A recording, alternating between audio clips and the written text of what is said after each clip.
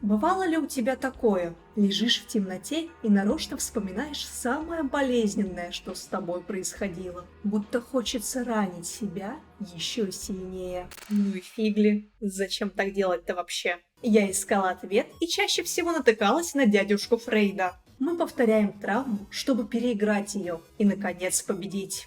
Как в играх. Раз за разом возвращаемся к сложным боссам, чтобы найти способ их одолеть. По моему скромному непрофессиональному мнению, это звучит как булщит. И вообще вся эта подсознательная шиза никак не аргументируется и недоказуема. Да и жил дядька фиг знает когда. Наука давно ушарашила вперед. Наплевав на Фрейда, я обратила свое внимание на реально серьезный источник. Limbus Company. Можешь глянуть мой видос по нему? Подмиг. А если почему-то не можешь, то я сейчас поясню. В ходе истории ее главные герои, а.к.а. грешники, буквально возвращаются к своим травмам. И это помогает им исцелиться. Я внимательно на все это посмотрела, соотнесла происходящее с информацией из разных умных книжек, и теперь могу рассказать тебе, фиг ли мы возвращаемся в ад. И какая тема насквозь пронизывает Limbus Company.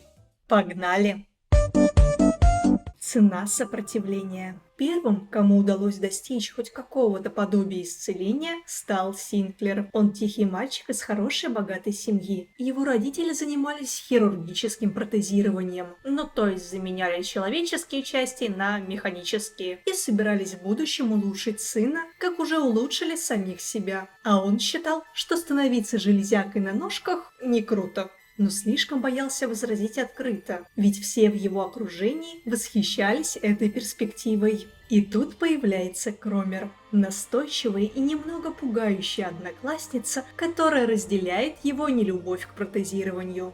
Она предлагает решить проблему вместо парня. Но бойтесь своих желаний. Сделка оканчивается гибелью всей семьи Синклера.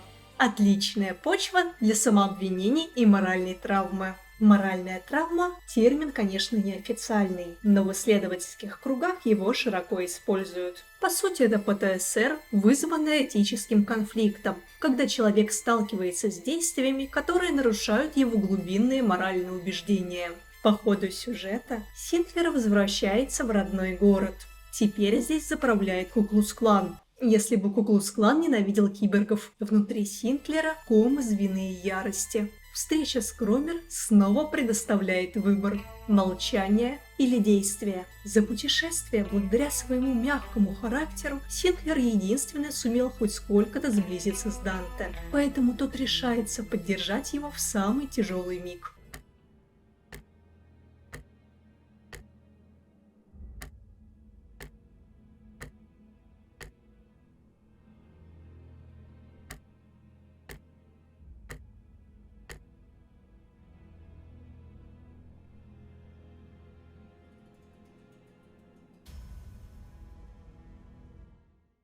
Каждый из людей в чем-то виноват. Каждый несет свой грех. Но если ты продолжаешь винить себя, то ты никогда не сможешь сделать следующий шаг вперед.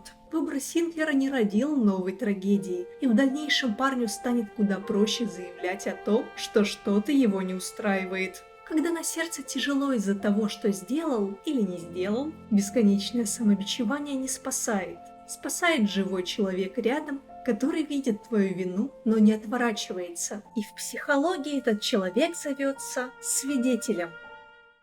Объяснить, кто такой этот свидетель в понимании психологии, довольно сложно. Потом я раскрою это подробнее, но пока считай, что это просто тот, кто слушает историю о травме человека. То есть в случае Лимбуса это Данте и все грешники. Так уж вышло, что человек – тварь социальная. Наш мозг калибруется по реакции других. Если после пережитого ужаса нет никого, кто сказал бы «я вижу, что с тобой произошло», травма застревает в голове. Она на то и травма, что мозг хз чё с ней делать. Более того, парадоксально, но вина тает на свету. От того, что кто-то увидел твой грех, но не отвернулся, чувство вины немного снижается. Свидетель не стирает прошлое, но делает его переносимым. Болезненный опыт. Травма – это не всегда про ужасные события. Иногда она про то, чего не было. Вот родился ты, лежишь в своей люльке, а взрослые не обращают на тебя внимания. Поздравляю, ты только что получила разветвительную травму. Теперь тебе никогда не будет хватать любви и тепла. Иху! Хитклифф начал именно так. Его подобрали с улицы и поселили в богатом доме. Только там сирота не прижился. Другие дети насмехались над ним, няня издевалась. Выражать эмоции иначе, как через злость, мальчик не научился. Привык нападать прежде, чем нападут на него. И точно так же, услышав о женитьбе своей возлюбленной Кэтрин, он покидает семейный особняк до того, как у той появляется шанс объясниться. По факту сбегает от проявления своих истинных чувств.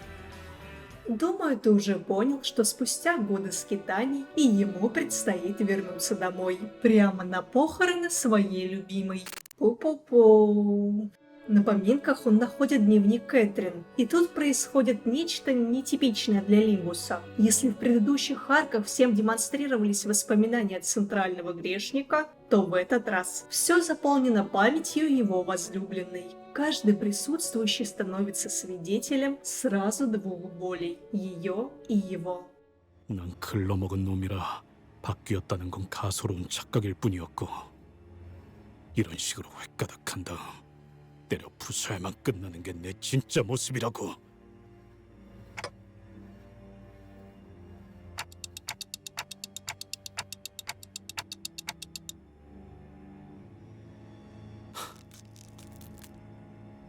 야, 시계대가리. 넌 스스론 모르겠지만 아마 너 빼고 다 알 거야. 정신이 나가버리거나 눈앞이 깜깜해지거나 뭐 하여간 아무것도 안 보이고 아무 소리도 안 들리고 이대로 나라는 인간이 계속 어둠 속에 사라져가는 느낌일 때 아주 희미하게 들려오는 소리가 있거든? 그 지긋지긋한 시계 소리. 그걸로 다시 눈이 떠져. 그리고 다시 이곳으로 끄집어낸단 말이야.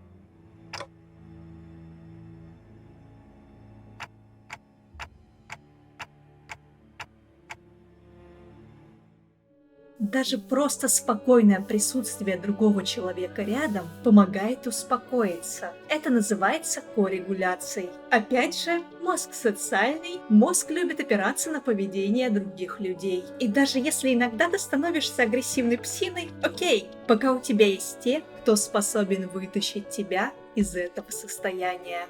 Но еще-то важное, что делают свидетели, это помогают тебе разобраться в прошлом. Понять, что это было-то вообще. Ведь когда человек стрессует, он, мягко говоря, не может оценить ситуацию целиком. Дальше по сюжету оказывается так, что грешники забывают все, что связано с Кэтрин. Но, и это ключ, сам момент признания уже сработал.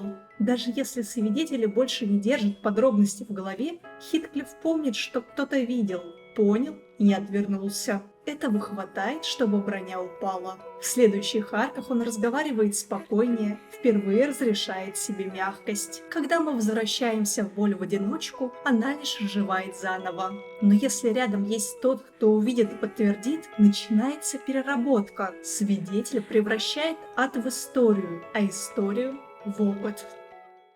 Собрать себя из двух половинок. Санчо обратили в вампира после неудачной попытки самоубийства. Но кто ее спрашивал? Добро пожаловать в жизнь кровавого наркомана. В бытии вампиром мало хорошего. Особенно, когда твой обратитель помешан на рыцарстве аристократ Дон Кихот, лелеет мечту о мире с людьми и принципиально не пьет недобровольно пожертвованную кровь. И все же Санчо привязывается к новому отцу. Увы, хорошие времена скоротечны. Дети Дона бунтуют против ограниченных кровопоставок и устраивают резню в его владениях. Санчо вновь теряет семью и настолько сломлено, что решает форматнуть диск. Стирает собственную память, чтобы избавиться от боли. Ну знаете, нет воспоминаний, нет боли. Уху! И становится той самой Дон Кихот, с которой игрок знакомится в начале игры. Структурная диссоциация – это когда личность человека раскалывается на две части. Ту, что живет нормальную жизнь, и ту, что осталась заморожена в моменте травмы.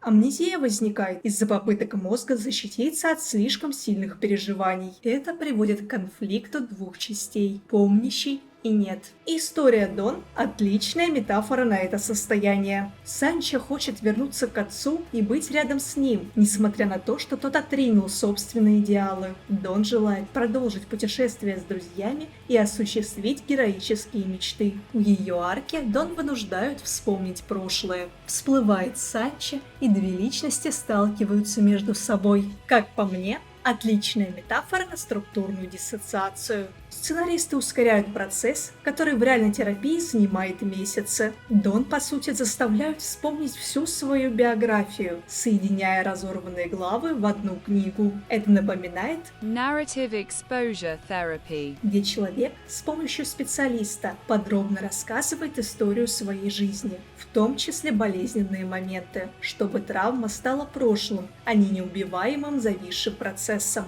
Но главное, что делает этот болезненный марафон возможным – свидетели. Все пассажиры автобуса смотрят на нее и не отворачиваются даже тогда, когда Дон пытается их убить. Свидетель – это тот, кто видит боль, слышит рассказ и остается рядом. Его роль не менее терапевтична, чем сама исповедь. Он превращает хаотичный ужас в событие, которое можно разделить и пережить. В реальности это может быть психолог, близкий человек или, священник. Цель терапии при структурной диссоциации – примирить обе личности человека и научить их сосуществовать. В конце арки Дон принимает обе свои части, хранит старые воспоминания и новые идеалы одновременно. Поэтому возмущение о том, почему Дон не вернулась к образу старой Санчо, я не совсем понимаю. Она и не могла этого сделать. Новый опыт с возвращением воспоминаний никуда не делся. Тем более, что травма – это такая вещь, которая полностью меняет человека. Так как раньше уже никогда не будет. И с этим стоит смириться. Отрицать, что разрабы не хотели терять мемного персонажа, я не буду. Но у происходящего все-таки есть обоснование помимо этого. Но что было бы, если бы рядом не оказалось людей, которые тебя выслушают? Посмотри на самые первые главы. История Грегора и Родион. Там никакого чудесного исцеления не случается. Автобус еще не сплочен, дружба не склеена, а менеджер Данте сам едва понимает, что происходит. Грегор и Роди переводят боль в шуточки, вытаскивают старые раны и... ничего. Становится только хуже, потому что рядом нет ни одного человека, которому они могли бы по-настоящему доверить эту тяжесть. Согласно Фелман и Лау, событие X может стать историей, то есть остаться в прошлом, только если есть говорящий и слушающий. Без свидетеля рассказчик вынужден возвращаться к боли снова и снова, надеясь, что его наконец услышат. Мы устали от того, что нам хочется кричать, но рта будто нет. И что в итоге? В итоге Лимбус – это игра про силу дружбы. Ей! И реальная психология неожиданно подтверждает, что сила дружбы работает. Точнее, сила свидетеля. Оговорюсь, что в реальности свидетельство все-таки не панацея. Там много своих нюансов, и их хватило бы на отдельный ролик. Например, добровольно-принудительный рассказ не поможет. Или свидетель может попасться дурной. И все вот это вот. Зато теперь ты знаешь, почему некоторым становится легче просто потому, что они выговорились и их услышали. Кульминации последних арок Лимбуса сводились к тому, что персонажи вставали в рядок и вместе поддерживали главного актера арки. Это можно было принять в первый раз, но уже в третий смотрелось ужасно глупо. И все же это что-то, что правда могло бы помочь. Так что не держи в себе. Если тебя что-то гложет, расскажи об этом психологу, близкому, да хотя бы здесь в комментариях. Это не заменит полноценной работы с травмами и с собой, но сможет сделать хотя бы капельку легче. А вот на сегодня и все. Заходи в мою телегу, там уютного. Если богат и щедр, то можешь поддержать меня на Бусти. Там ролики выходят раньше и без цензуры. Все ссылки в описании. Огроменное спасибо тем, кто уже отблагодарил меня своими кровными. Это дает мне мотивацию и силы продолжать. Спасибо за просмотр и пока!